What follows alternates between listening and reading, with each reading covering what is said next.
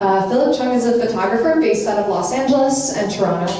His photographs have been exhibited in galleries, museums, festivals across North America and Europe, such as the San Francisco SFO Museum, the National Portrait Gallery in London, the Lumix Festival, and Phil was named one of PDN's 30 new and emerging photographers to watch. He's been awarded research and production grants by the Canada Council for the Arts, Ontario Arts Council, and the Toronto Arts Council. In 2018, he was shortlisted for the Aperture Portfolio Prize and has been recognized by the Magenta Foundation, Communication Arts, Photo District News, and American Photo. His work is held in the collection of ACASA, Center for Photography at New York University in Abu Dhabi, and has appeared in features and reviews in the British Journal of Photography, Canadian Art, Harper's, the Washington Post, and Time, among others. In 2020, a selection of his work from the series Arctic Front will be exhibited in the Canadian War Museum in Ottawa as well. And today, he's here to present one of his current projects that's focusing around the Transcontinental Railroad. Thank you. Welcome, Phillip Chung. Thanks, Ali. So I'd like to begin by just talking about some of my art experiences and motivations that led me to documentary photography.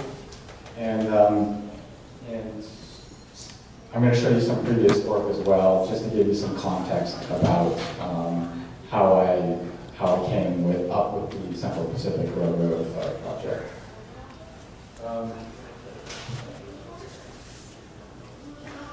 Sorry, I'm going to have to read off my notes here. But my photography practice began incidentally when I was serving as a Canadian soldier in Bosnia and Herzegovina back in my early 20s.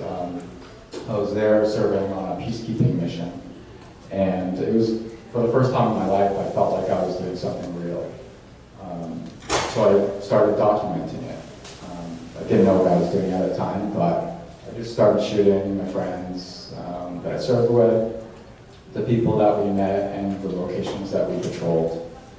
It was there where I actually thought that photography was a powerful storytelling tool.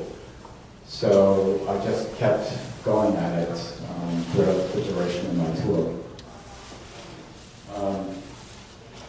So when I returned home from the mission, I decided to go to college.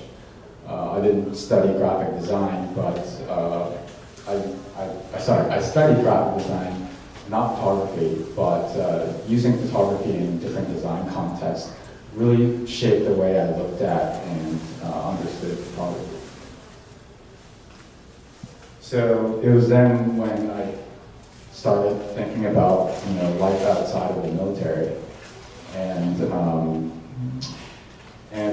so eventually I just started teaching myself photography all the while serving.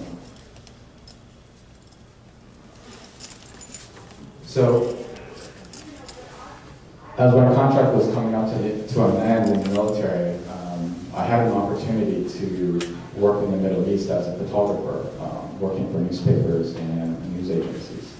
So I moved to Abu Dhabi and was based between Abu Dhabi and Beirut, where I worked on news stories around the region, in such places like as Afghanistan, Iraq, North Africa, West Africa, and the West Bank.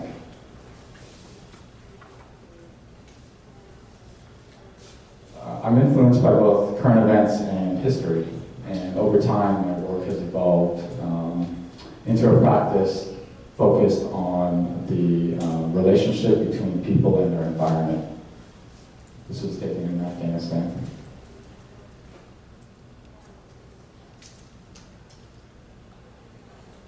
I'm particularly interested in photographic representations on the themes of labor, power, and industrialization.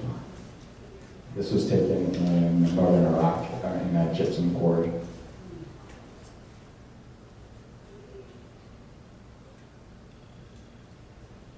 So I explored the subtleties of military life and landscape in my project, The Thing About Remembering. This was produced in southern Afghanistan in 2009 and 2010. The resulting work offered a different perspective on the war in Afghanistan. I wasn't looking for images typically seen in newspapers or on TV. I was searching more for the banal, mundane scenes that also compose of a war.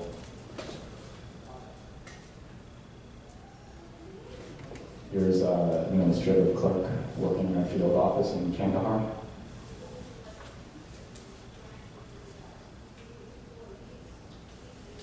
U.S. Marines sleeping between patrols. I wanted to approach war, the aesthetic representation of war, in a more challenging and nuanced way. So this series includes objects, portraits, and ordinary moments that during a pivotal moment in the U.S.-led war in Afghanistan. I also photographed people and places that you wouldn't otherwise hear or see, like these mortuary affairs soldiers. This unit is responsible for the retrieval, identification, preservation, and transportation of the war dead back to the United States.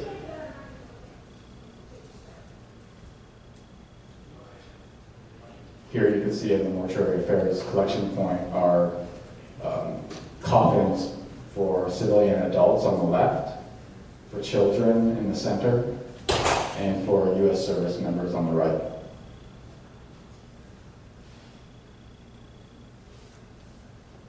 This is a knockoff Hard Rock Cafe Afghanistan mug, which was, this was sold in a gift shop in the Boardwalk, which is the social center of Kandahar Airfield.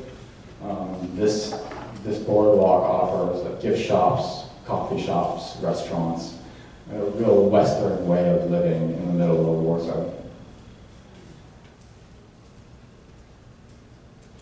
And this is New Year's Eve celebration in Kandahar. And this was taken during the major troop surge from President Obama back in 2009. Can you guys see all right? Is it too bright in here, or should we dim the lights a It little? can be dimmed like all the way. I think there's only, no, but I mean like Yeah. off, essentially. Do you guys prefer it off or on? Off, okay. Then you'll be able to see okay then? Yeah. That's good. Okay, yeah.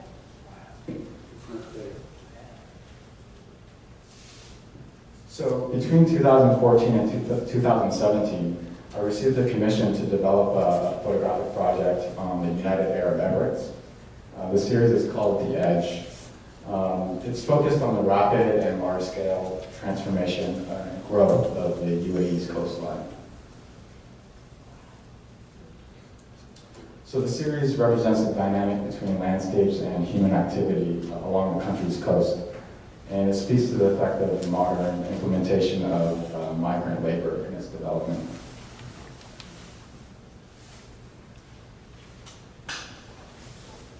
You can see Pakistani laborers eating dinner on their day off in Fujairah, Northern America.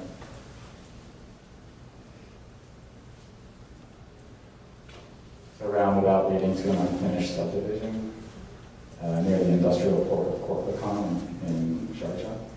And this is located next to the Strait of Hormuz.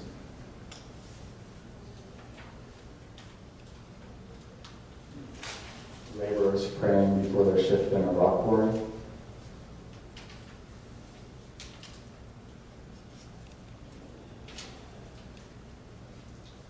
Laborers waiting for transport to go back to their work camp. This is in Dubai.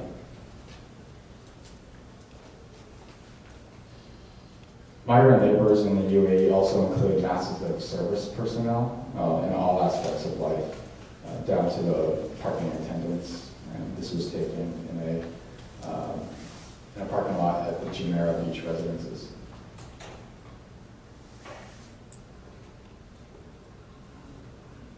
This is the Dubai Marina. I like this picture because how the multi-level boats kind of mimic the skyscrapers in the background. images reveal the population growth in the city and the density.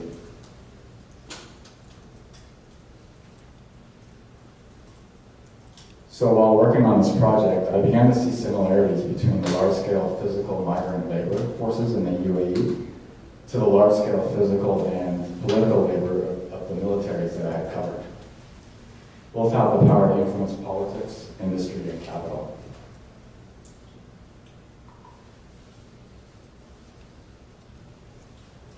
As I transitioned from the military to civilian stories, the underlying theme of labor and impact on humans on the environment had emerged. This unexpected crossover has in part inspired my current and ongoing project called the Central Pacific. So, without realizing it at the time, the initial inspiration for this project came long before I knew I wanted to be a photographer. Back in the early 90s, when I was a kid growing up in Canada, the government produced a number of minute-long films, each illustrating an important moment in Canadian history. The series titled Heritage Minutes were shown in movie theaters and in television commercials nationwide to educate Canadians. One of these videos featuring Chinese railroad workers in Canada had always stuck with me and gave me inspiration for this project. So I'll play the video now.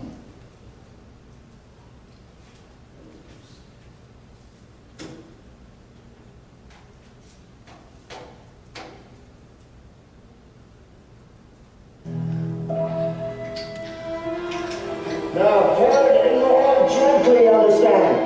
Any little bump, and that stuff will blow. Damn, that's the third one we lost this month. Alright, I'll just play that over. All right, who wants to earn some danger pay? And boat fare to the white. All you have to do is go down to the tunnel with the nitro and set the charge. Am I right, you people?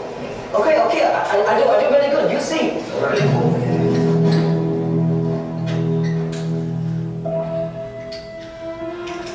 Now, turn and more gently, understand. Any little bump, and that stuff will blow. Damn, that's the third one we lost this month. Cochran, get another volunteer. I went back in again, but I lost many friends. They say there is one dead Chinese man for every mile of that track. That's what they say.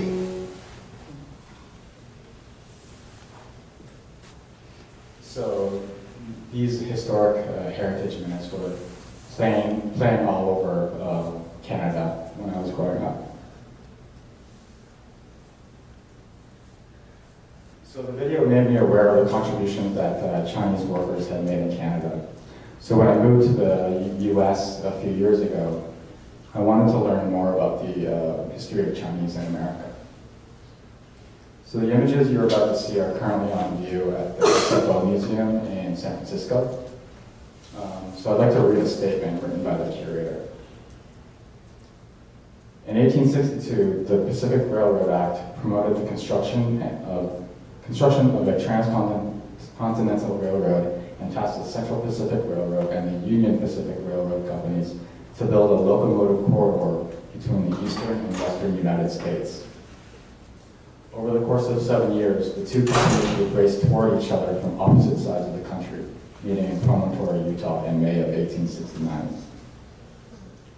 Construction of the CPRR began in Sacramento in 1863, and while the company required 5,000 workers to make adequate progress, it had enlisted only 600 by 1864.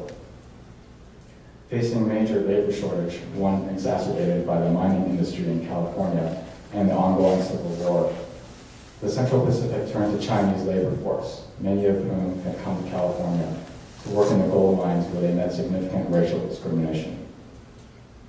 By July of 1865, 4,000 Chinese workers were employed by the CPRR, and their efforts became crucial to the advancement of the line as it marched through the treacherous Sierra Nevada mountain range and into the interior plains. Upon completion of the line in 1869, over 2/3 of the CPR's workforce was Chinese. This picture was taken in the Palisade Canyon in Palisade, Nevada. I wanted to examine the contemporary landscape while revisiting the railroad's history. So I began to document the western portion of the line by following the 690 miles of track between Sacramento, California and Promontory, Utah. The starred locations on a map indicate where I had taken the photographs.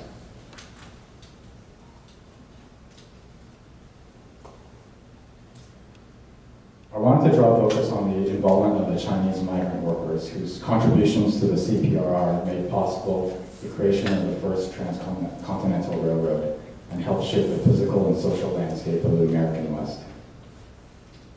This is the FedEx warehouse located in Lockwood, Nevada, which illustrates the modern development along the railroad.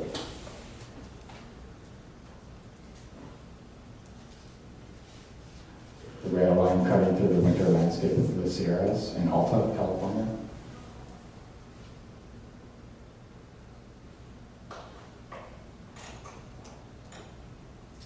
A tent from a homeless person is set up under the 6th Street Bridge in Sacramento.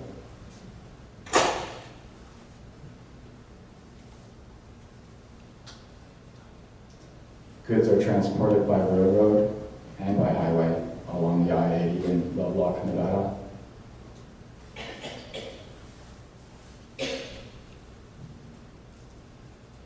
In this image, we see Bloomer Cut in Auburn, California. Leading to the site, there's a plaque that reads, "So named because of its location on Bloomer Ranch, it remains virtually untouched since its original construction in 1864. The overwhelming task of construction was undertaken by diligent, hard-working efforts of a small band of Chinese laborers. Using picks, shovels, and black powder, they inched their way through the conglomerate rock cemented together with rock-hard clay. At the time of its completion, Bloomer's Cut was considered the 8th wonder of the world. The first Central Pacific train rolled into Auburn on May 11, 1865.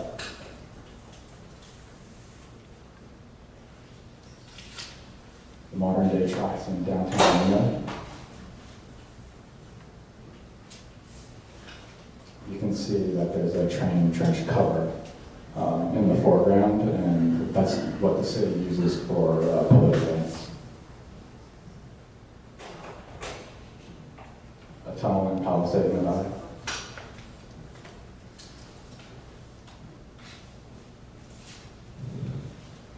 The Blue Diamond Almond Processing Factory in Sacramento.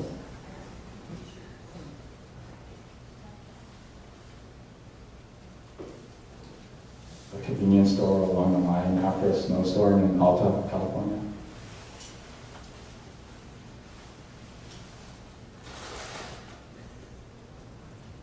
So prior to my trips, I would look at maps and study the photographs of Alfred Hart, the CPRR's official photographer. But the images can't really prepare you for what it's really like on the ground and the breathtaking views that you see. Donner Summit was particularly impressive to me. When I had walked up the trail to take this photograph, waiting for the best light, I would often just think of how hard it must have been to be chipping away at the granite rocks and working in such harsh winter conditions. On the top right of the photograph, you can see the Chinese wall, the upper and lower Chinese wall. And in the foreground, that's the Donner Summit Bridge.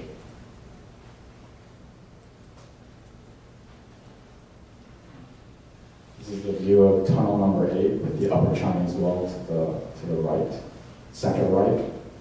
And in between is the road bed that links the two tunnels. And so the lower part of the Chinese wall would be kind of,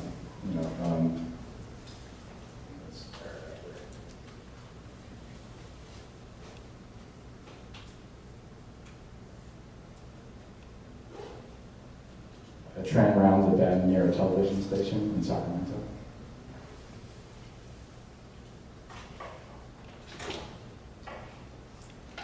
This is the Chinese Arch in Promontory, Utah. So the sign from the National Park Service placed near the arch reads, The Chinese arch was named in recognition of the presence and contribution made by the Chinese who worked on the Transcontinental Railroad. While the arch was created by forces of nature, today it stands as a memorial to the Chinese who worked for the Central Pacific Railroad. It is an embodiment of the strength and stamina demonstrated during the construction and subsequent maintenance of the Transcontinental Railroad.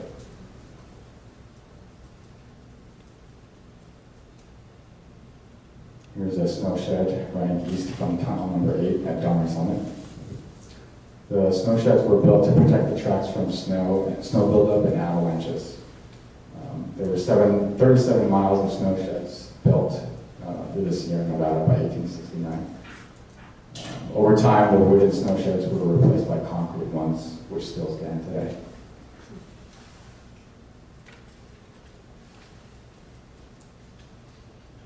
Trucks running through the brush landscape in Luray, Nevada.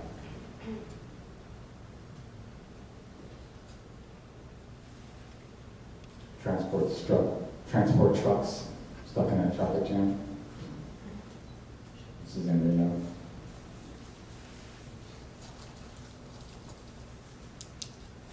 On April 28, 1869, Chinese men and 8 Irishmen laid 10 miles of track in a single day, winning a bet between the 2 rail companies in Promontory, Utah. So many interesting connections to a lot of the preservation work that we did yesterday and kind of thinking about these important sites. And you're going to have a lot of these on your iPad, right, for people to look through together, is that right? Yeah, I'll have all the photos that I'm presenting now on my iPad so you guys can take a closer look later on. Yeah, I think that's great because in the interest of time, we just want to make sure we can open up to Paisley's performance and also hear from MSG. So yeah, let's just, okay, thank you. So housing development along the line of Chucky.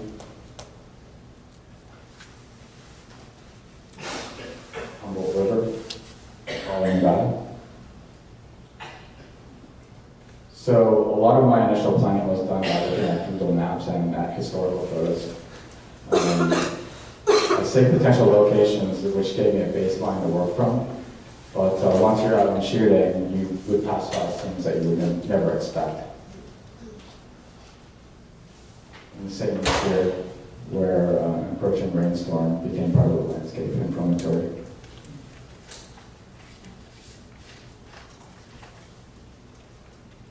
And the final image that I'll show you today is the reenactment of the last spike ceremony at the Golden Spike National Historical Park in Promontory, Utah. This is where Leland Stanford, the president of the CPRR, drove in the symbolic Golden Spike where the Union Pacific and Central Pacific Railroads met 150 years ago today. Thanks.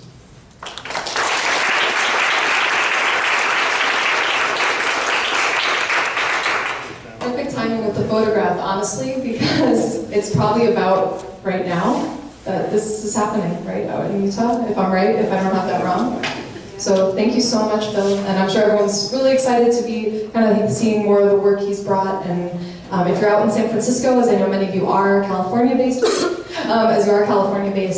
please be sure to check it out. So as we're switching over some of the AV needs, I just next want to introduce our next panelist.